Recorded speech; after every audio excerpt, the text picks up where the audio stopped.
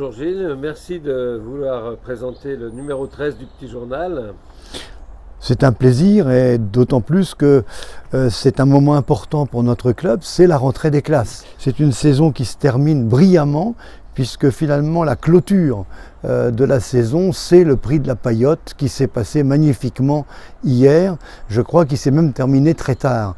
C'est ce grand prix qui clôture notre saison. Il avait été précédé par les Hortensias et je voudrais presque tout de suite remercier tous les sponsors qui animent en permanence notre club. On sait que c'est du mécénat, ils sont là pour nous aider, ils sont là pour que vive cette association et le club. Je les remercie parce que vraiment leur importance est énorme dans la vie de notre club.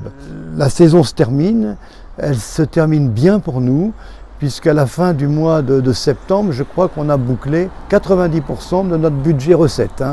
Donc c'est une belle année, on a bon, il y a eu du monde et vous avez tous finalement pris avec bonne humeur l'énorme afflux de personnes que nous avons accueillis sur notre terrain. Je voulais remercier nos équipes de jardiniers qui n'ont pas lâché et qui ont été d'une activité extraordinaire pour que le terrain reste en très bon état malgré un nombre énorme de personnes le foulant. La préparation de l'année prochaine, elle est déjà en cours. Elle est en cours puisque maintenant on va préparer les budgets. Toutes les commissions vont commencer à travailler sur leur budget. Et les budgets, c'est pas simplement gérer du court terme, c'est gérer du long terme avec des vrais projets. Le club a 94 ans et on fait comme si on était encore là pour 30, 50, 100 ans. Donc tous les projets s'inscrivent sur un long terme. Même si notre convention se termine à fin 2022, nous savons tous qu'on s'inscrit sur du long terme pour le club et pour vous. Donc on va dire qu'aujourd'hui, si vous voulez, l'élément important pour nous, c'est cette convention. On travaille, la mairie travaille, leurs juristes travaillent, et je pense qu'on fera tout pour que l'ADN du club, qui est à la fois le sportif, qui est la gestion d'un terrain et une activité sociétale énorme, puisse continuer et perdurer dans les années à venir. C'est ce qu'on souhaite tous. En tout cas, chers amis, je vous dis bonne rentrée scolaire.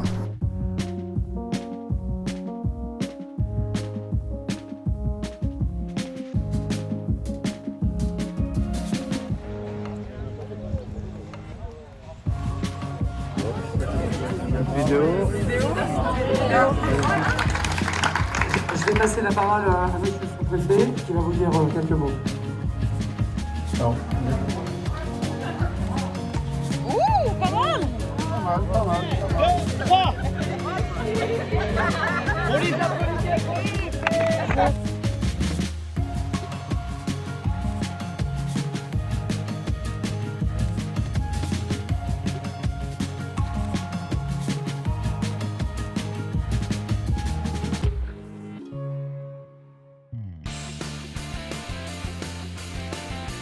Le 12 septembre au Sporting Casino, le golf de Segor était parfaitement représenté au Forum des associations. Laurent proposait des exercices pédagogiques et ludiques à la fois pour confirmer l'attrait de notre sport dans notre station. Monsieur le maire lui-même s'est prêté au jeu. Je fais pas bien? Ah ouais. Elle est où? Je suis dessus. Laurent, aujourd'hui tu me parles du tempo au niveau du putting. Exactement. Bonjour à toutes, bonjour à tous. Aujourd'hui, on va parler putting et d'un élément qui revient assez régulièrement. La question, c'est Laurent, j'ai du mal à doser. Le dosage est très important au putting et quand on discute un peu avec les gens, tout le monde a forcément sa petite méthode, mais sans forcément savoir avoir quelque chose de concret. Donc là, je vous propose un petit exercice très simple. Pour cela, vous avez besoin de quelques tis. Et là, j'ai pris mon téléphone avec un métronome. J'ai mis ce métronome sur un battement de 81 battements par minute. Donc ça, ce sera mon tempo. C'est un tempo classique, un tempo plus lent. Si jamais vous êtes quelqu'un qui parle doucement, marche doucement, je vous invite à mettre un tempo à 68, 70. Pour quelqu'un d'un peu nerveux qui marche vite et parle vite, on sera plus sur un tempo aux alentours de 90. On va prendre un tempo intermédiaire, 81. Le but est très simple. C'est mon point de départ ici, les deux tees matérialisent le départ de la balle. C'est là où je vais la poser.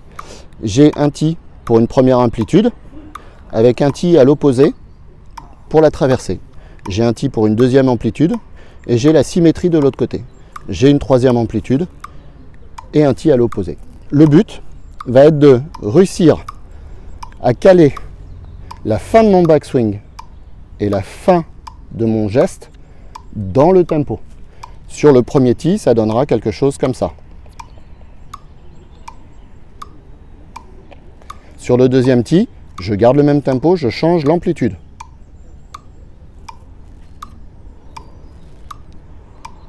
Et j'essaye à chaque fois de garder ce tempo et d'avoir un rythme régulier. Troisième tee, amplitude plus grande, donc le putter voyage un peu plus vite. Et en répétant cet exercice à vide, puis avec des balles, je vais m'apercevoir très rapidement que j'arrive à regrouper les balles au même endroit. Donc j'arrive à contrôler la vitesse que je donne à la balle.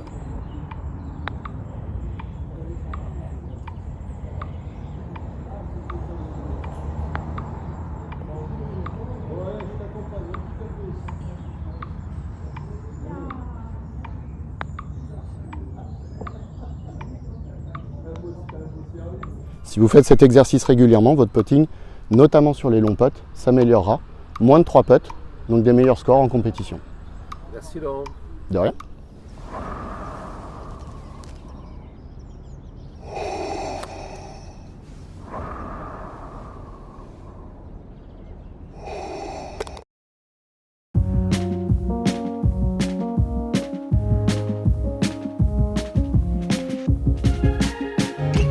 Vous aurez remarqué que la ligne blanche, présente jadis sur le chemin du 14, n'existe plus depuis que la zone délimitée à gauche du trou est une zone protégée où le jeu est interdit, afin d'éviter son effondrement.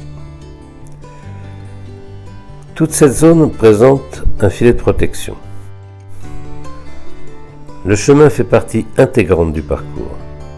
La balle devra donc être jouée comme elle repose.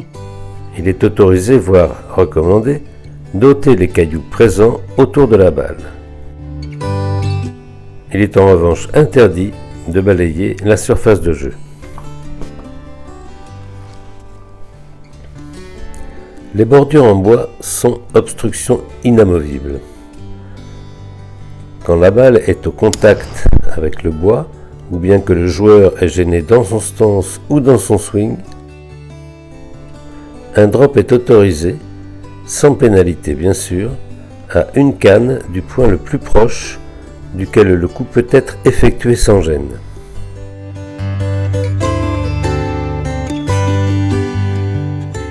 La balle roulera probablement hors de la zone d'un club et sera donc placée après 2 échecs.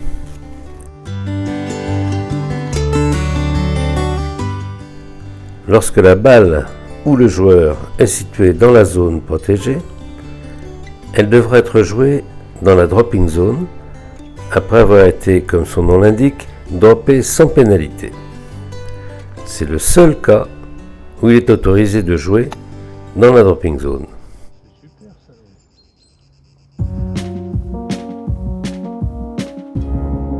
Alors, bonjour Charlotte. Bonjour. Ça y est, te voilà de retour. Ça y est, Tu es resté combien de temps là-bas aux États-Unis? je suis restée 3 semaines. 3 semaines. Alors comment ça s'est passé? Alors j'ai commencé par m'entraîner à Atlanta, donc là où j'étais à la fac, où j'ai eu mon diplôme en 2019. Donc j'ai eu 10 jours pour m'entraîner, pour me préparer. Donc évidemment je ne savais pas trop à quoi m'attendre, parce que c'était une première expérience dans le monde professionnel, si on peut dire. Après ces 10 jours d'entraînement, donc, je suis partie en Californie. Déjà... grosse expérience au niveau du temps, il faisait quand même 45 degrés tous les jours. Donc c'était quelque chose qui était déjà dur à gérer. C'est plus dur qu'ici en ce moment. Voilà. Et donc sur les 343 joueuses, ils en prenaient 125 pour le cut et 95 pour aller au deuxième stage, donc à la deuxième qualif. Donc moi ça s'est pas passé comme j'espérais, j'ai pas passé le cut et donc j'ai pas eu l'occasion de me qualifier pour aller à la deuxième étape. Mais Mais c'était vraiment une superbe expérience. J'ai joué avec beaucoup de filles qui ont le même niveau que moi. Donc ça c'est bien, ça permet déjà de voir où on en est. Tu as appris des choses, je suppose, pas mal. Ouais, j'ai appris beaucoup de choses. conclusions, Donc, moi, j'ai surtout compris que j'avais encore un petit peu de boulot, surtout au niveau de la tête, parce que j'ai vu qu'il y a beaucoup de filles qui sont là, qui ont peur de rien. Et donc ça, c'est quelque chose que je vais travailler pour l'année prochaine. Bien accueilli, il y avait Voilà. une bonne ambiance. C'était super. Ton meilleur souvenir? Mon meilleur souvenir, quel est mon meilleur souvenir? Le premier jour au départ du 1, le stress, voilà, Ça le gros faisait boum, stress. boum. Et en fait, quand on tape le premier drive et de voir qu'il est en plein milieu, ça fait du bien. Et ton mauvais souvenir? Et mon mauvais souvenir, malheureusement, le deuxième jour, j'ai fait un sixtuple. Et c'est vrai que là, c'est là que j'ai compris que c'était foutu. Et là, c'était dur. Voilà, donc maintenant le projet suivant, donc c'est déjà de changer de statut, donc de passer professionnel. Et donc je vais faire les cartes européennes, donc qui auront lieu au mois de janvier, et en espérant donc les avoir et pouvoir jouer sur le circuit européen avant de retenter le circuit américain l'année prochaine. Donc ça, j'aurais jamais pu le faire sans le soutien du club, donc merci beaucoup à tous les membres qui m'ont aidé pour ce très beau projet. Salut le golf de Ségor. Petite vidéo en direct de ma chambre au Nouveau-Mexique pour vous donner des nouvelles. Voilà 20 jours que je suis arrivé, 20 jours déjà, le temps passe très très vite. J'ai eu le temps d'attaquer l'école, l'entraînement évidemment, donc tout ça se passe très bien. J'ai même eu mon premier tournoi dans l'Oklahoma avant-hier et hier. Pour pouvoir participer à ce tournoi, on a eu des jours de qualification entre joueurs de l'équipe pour savoir qui participe à ce tournoi. Donc, qualification que j'ai gagné à -8 total sur 3 tours et tournoi dans l'Oklahoma que j'ai gagné à -13 total. Donc premier tournoi, première victoire. Donc voilà, c'est une petite vidéo pour...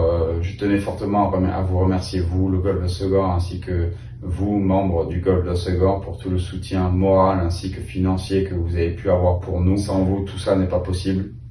Et on se donne à fond et je vous donne des nouvelles au plus vite. Et the best is yet to come. Bonjour Xavier. Bonjour Christian. Donc aujourd'hui, tu vas nous parler des travaux qui sont un peu plus importants que d'habitude, j'ai l'impression, au niveau du carottage. Oui, en effet, on a fait nos travaux d'aération comme tous les ans. Mais cette année, conseillé par Alexandre Reyes, notre consultant. La différence, c'est que cette année, au mois de septembre, nous avons extirpé dans un premier temps les carottes avec le Procore, à raison de 400 carottes par mètre carré. Nous avons sablé très abondamment, donc on a mis 2 mètres cubes de sable sur le green pour protéger en fait l'impact de chaque loucher. Et après, nous avons passé un vertidrain, en tout cas des pointes de 16 mm de diamètre sur 18 cm de profondeur. Donc ça, c'est une opération assez délicate et un peu impressionnante parce qu'on a fait des interstices assez costauds sur les greens et dans l'objectif de remplir justement tous ces trous, toutes ces perforations. Donc il a fallu faire ça par temps sec, donc heureusement on a eu 2 jours parfaits et on a pu brosser abondamment après cette opération pour pouvoir remplir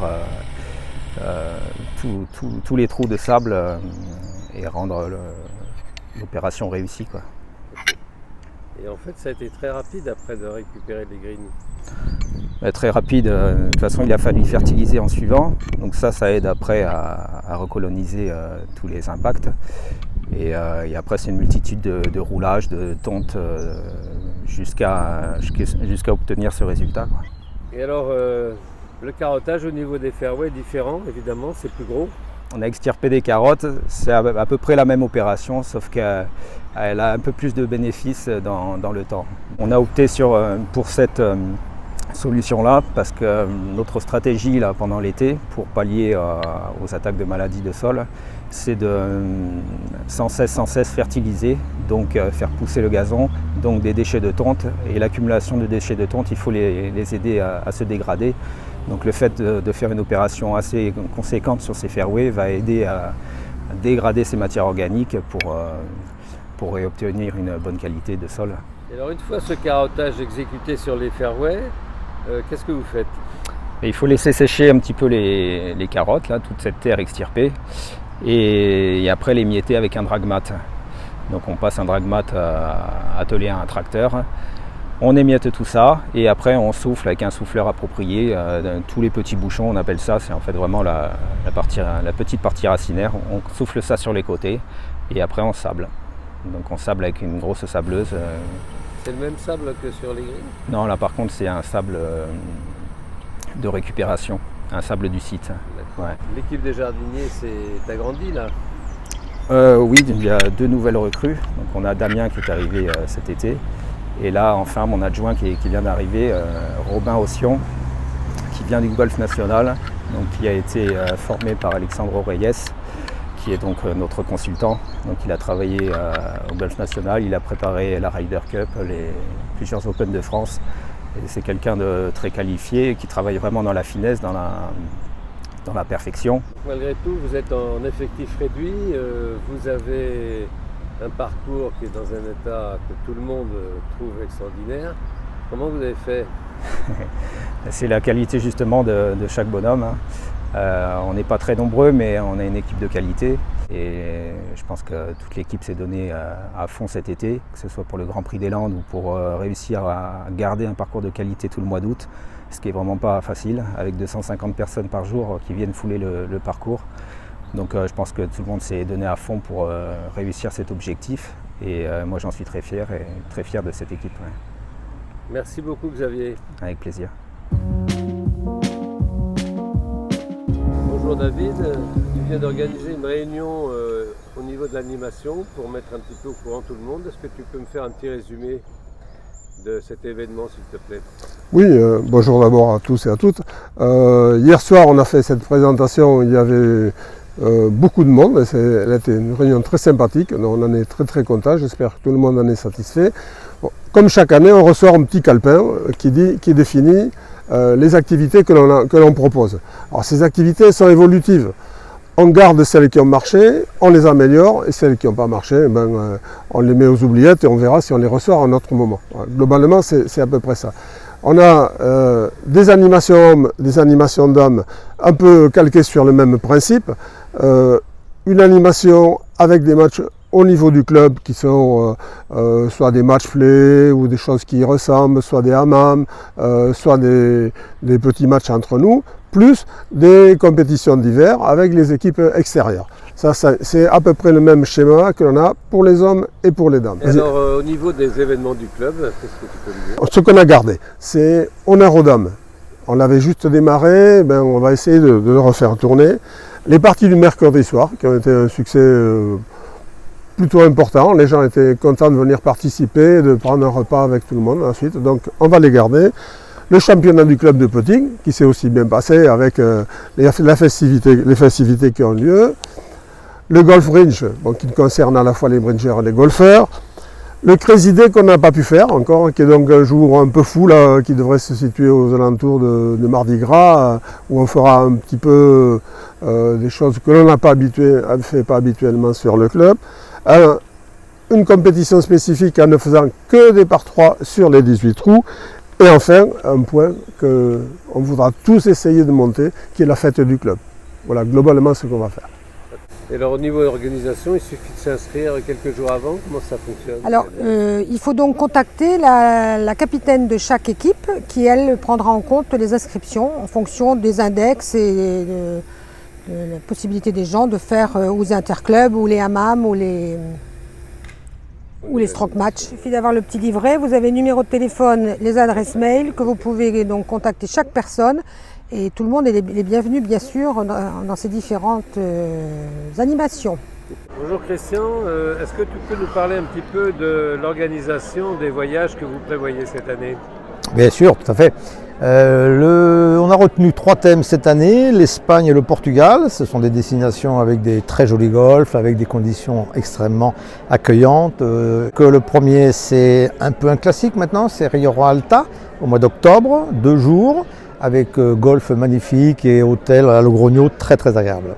La deuxième destination, c'est Lisbonne et le Portugal, avec au programme 3 golfs magnifiques, des bons hôtels, une visite de Lisbonne.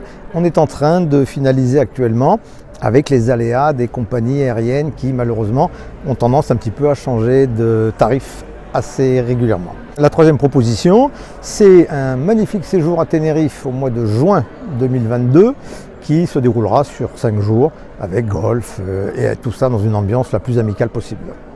L'organisation est facile, les gens ne sont pas trop exigeants. Alors, faut pas se tromper d'objectif. On n'est pas agent de voyage à donner une prestation complète et tout. Nous, on fait ça, on choisit des golfs qu'on connaît, qu'on a aimés. On habille un petit peu le voyage pour le rendre sympathique et convivial. Et puis, il faut accepter effectivement les imperfections de ce genre d'organisation. Bah, écoute, je te remercie Christian et puis je t'en prie. Je souhaite à tous une bonne année de voyage et bon voyage. Grâce à vous. Merci.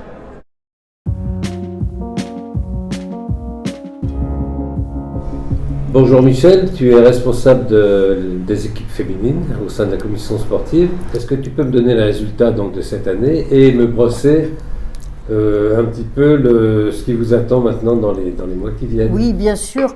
J'ai des résultats tout à fait positifs cette année sur les équipes féminines. En premier, nous avons créé une équipe mid-amateur dames, ce qui était la première fois au Golf d'Osgore. Donc nous avons d'abord joué bien sûr en promotion pour la Ligue Nouvelle-Aquitaine à Camérac le 29 et le 30 mai. Là, il y avait 4 équipes qui pouvaient monter en promotion. On a fini seconde derrière le Bordelais. Cette équipe, elle était composée d'une capitaine qui était Dorothée Lissag, avec Caroline Poncelet, Anita Rémoller, Marie Coufignal, Béatrice Eniel Ducaillard. Pour la promotion mid-amateur nationale, nous avons joué au golf de Mazières-en-Gâtine et on a eu la chance de récupérer Charlotte Charrère. Et elle monte en 3e division nationale. Ensuite, nous avions l'équipe Fagnon. Elle était composée de Chloé Fradon, Caroline Poncelet, Anita Rémoller, Sabine Loga, Laurence Bain, Béatrice et moi-même. Notre coach Laurent Poncelet, bien sûr. Ce maintien en 2e division nationale a été parfaitement rempli. C'était notre objectif. On n'a pas amené donc les jeunes, les U16, oui. Les U16, parce que ces U16, elles avaient leur championnat. Et donc, le but, c'est quand même d'intégrer ces jeunes dans nos équipes Fagnon. Et également de les intégrer cet hiver dans les équipes Ubal-Bokeh au maximum. À la suite de ça, nous avons joué en équipe senior dames de la Ligue Nouvelle-Aquitaine le 4 et le 5 septembre. C'est Corinne Meillanbord qui était capitaine. On a eu une brillante seconde place après les 2 jours de stroke play, derrière une équipe phare qui est l'équipe de Chiberta. Donc cette équipe composée de Laurence Brun, Béatrice Eniel Ducaillard, Françoise Le Thor, Anita Rémoller, on reste en 1re division. C'est un très bon résultat. La semaine prochaine, nous partons sur le golf d'Angers. On est en 2e division nationale, l'équipe senior dames, pour le championnat de France, avec à peu près la même équipe. Et je serai capitaine de cette équipe à Angers. Et on a quand même des chances d'être en 1re division l'année d'après. Eh bien, c'est tout le mal qu'on vous souhaite. Merci beaucoup, Michel.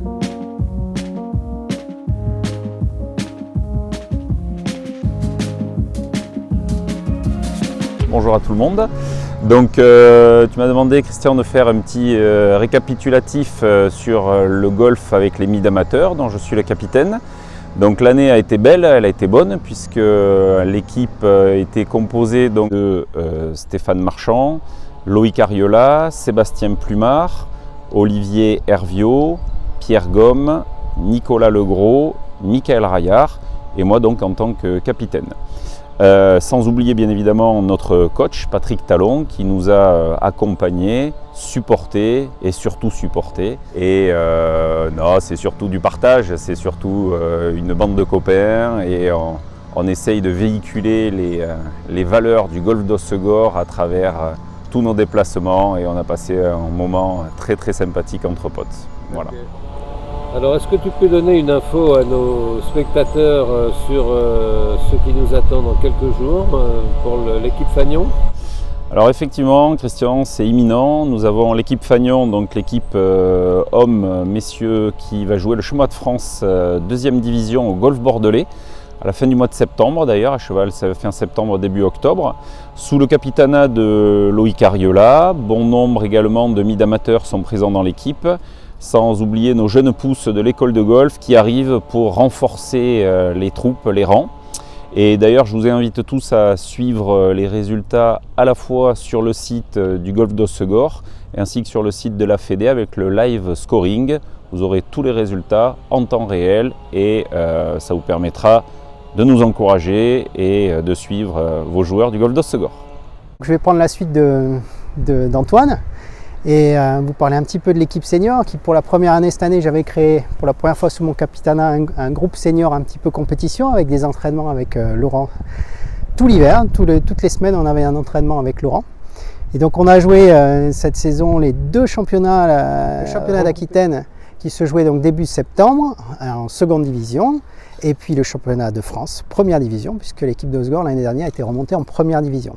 Donc championnat d'Aquitaine, j'avais envoyé une équipe un petit peu de novices, sous le capitanat d'Henri Faure.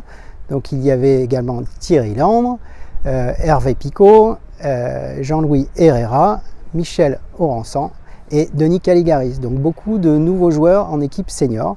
Et ils se sont super bien comportés puisque on remonte en première division d'Aquitaine. Donc c'était l'objectif qui était posé. Et puis pour ces premiers championnats de France en première division, pour l'équipe 1, alors là il y avait gros challenge puisque c'est du gros niveau. Donc l'équipe dont j'étais le capitaine était composée de nos vétérans qui revenaient de leur championnat de France à Chantilly, avec Antoine Dupont, Serge Pétel et Michel Castex. Et en complément, donc on avait Laurent Sébat, Denis Caligari et Thierry Landre qui étaient venus avec nous. Et donc l'objectif là aussi c'était à minima de se maintenir dans cette première division puisque les équipes sont très très compétitives et le niveau est très relevé. Et donc l'objectif est atteint puisqu'on se maintient en première division avec mon équipe.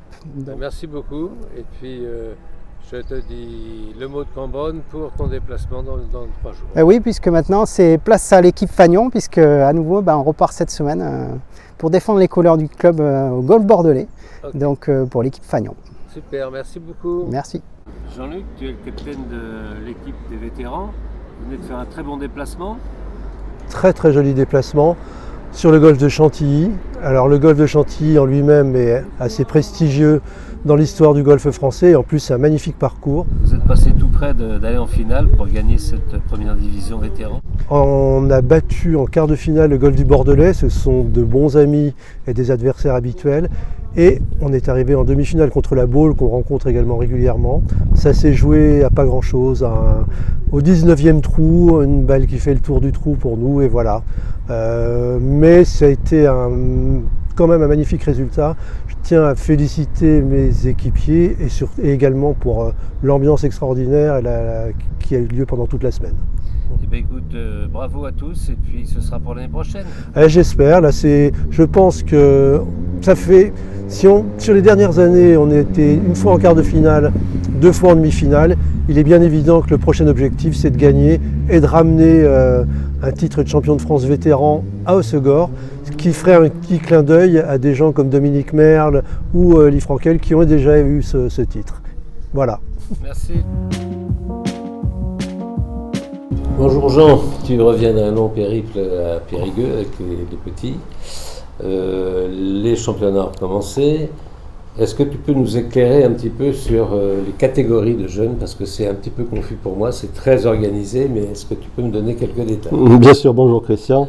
En effet, alors 2 choses, quand on parle des jeunes, on parle déjà essentiellement des U16, c'est-à-dire under 16, c'est-à-dire moins de 16 ans. Qui sont principalement regroupés en 3 catégories. La catégorie des moins de 12 ans, les U12, les 13-14 ans qui sont les benjamins et les 15-16 ans qui sont les minimes. On a principalement 3 grandes catégories de tournois. Le tournoi, je dirais, qui est la filière qui mène jusqu'au championnat de France individuel.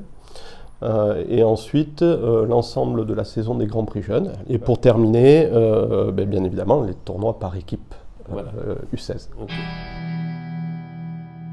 La première étape était fin mai à Biscarrosse, le championnat départemental. 25 jeunes, 12 podiums et 4 titres de champion des Landes. Gabriel chez les minimes garçons, Carlène chez les minimes filles, Zoé chez les U12 filles et Soen chez les U10 garçons. La deuxième étape donc, de cette route pour les championnats de France était les QRZ, la qualification régionale de zone qui regroupe donc les meilleurs joueurs des Landes et des Pyrénées-Atlantiques, qui s'est déroulée fin juin à Mont-de-Marsan. 15 de nos jeunes ont pu rentrer dans le champ. L'enjeu était clair, c'est à la fois le titre, bien sûr, mais gagner sa place pour le championnat régional. 8 jeunes sont rentrés dans le top 10 et 2 podiums avec la très belle deuxième place d'Hugo chez les Benjamins et la victoire d'Eliott chez les U12. Et surtout, 13 de nos jeunes qui ont obtenu leur ticket pour le championnat régional. Donc cette troisième étape qui s'est déroulée sur 3 tours à Périgueux début juillet. Et là aussi, 2 belles performances à travers toujours Hugo qui, à l'issue des 2 premiers tours, occupait la première place, avec un troisième tour un peu moyen, mais malgré tout prend la 4e place de ce championnat régional et gagne son ticket pour les France. Et une superbe victoire pour Eliott, chez les U12 garçons, qui à l'issue de 3 tours remporte le titre de champion de Nouvelle-Aquitaine avec 5 coups d'avance et gagne bien évidemment son ticket pour les championnats de France. Et dernière et ultime étape, les championnats de France des jeunes qui se sont déroulés pendant une semaine fin juillet au golfe du Gouverneur à Lyon, avec donc 2 de nos jeunes, Eliott et Hugo, qui étaient engagés. Malheureusement, on rentre avec quelques frustrations puisque Hugo, après une première entame excellente au premier tour, a été contraint d'abandonner sur blessure suite à un problème au dos. Et Eliott qui n'a pas passé le 3e jour de qualif. Mais les Grands Prix jeunes, la saison a attaqué effectivement début juin avec le Grand Prix de Bordeaux-Lac, le Grand Prix jeune de Bordeaux-Lac, suivi du Grand Prix jeune de La Rochelle, avec 2 victoires, notamment celle de Louise chez les Benjamines et de Carlène chez les Minimes.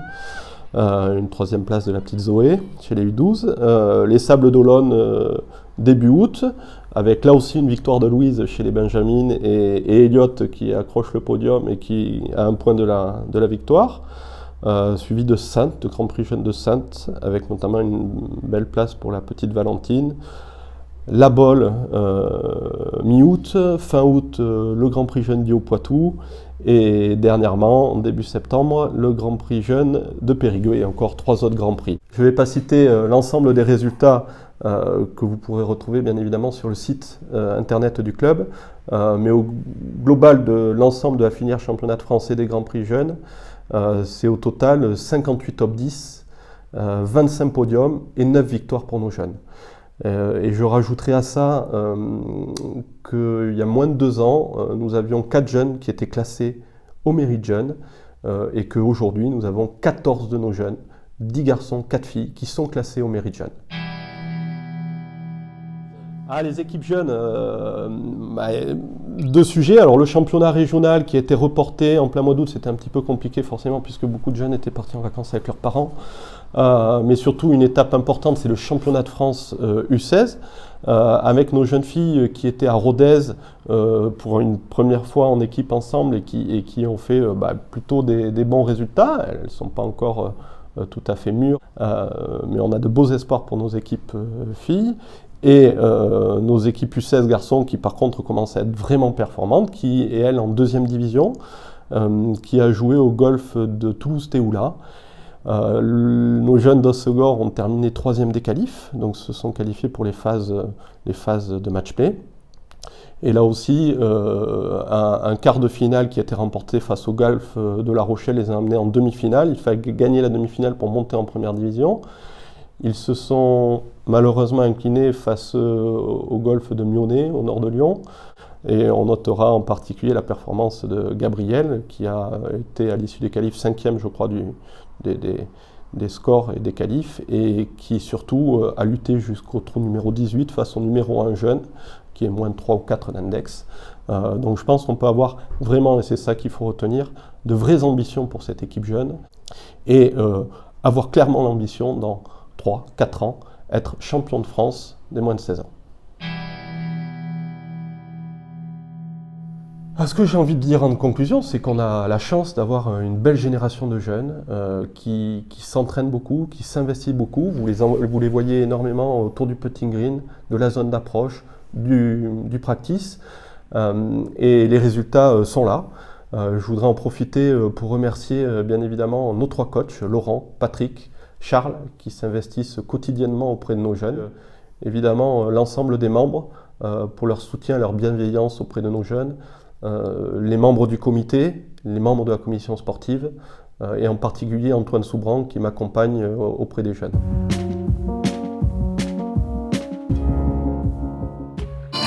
Dirty old town, dirty old town. Just take my way up the highway, not the best. Double kicks on Route 66. When it winds from Chicago to LA, more than 2,000 miles all the way. Get your kicks on Route 66.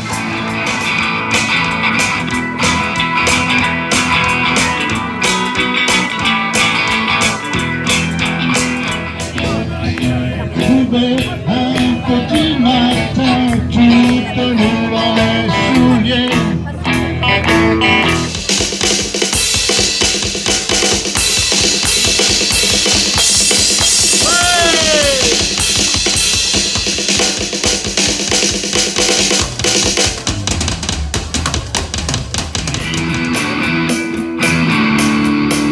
She don't lie, she don't lie, she don't lie. Cocaine. Saudade, saudade, saudades de minha terra São Nicolau. Saudade, saudade, saudades minha terra São Nicolau. Por lo que más tú quieras, ¿hasta cuándo? ¿Hasta cuándo? Y así pasan los días. Quand je serai fatigué de chercher ma balle parmi les fougères,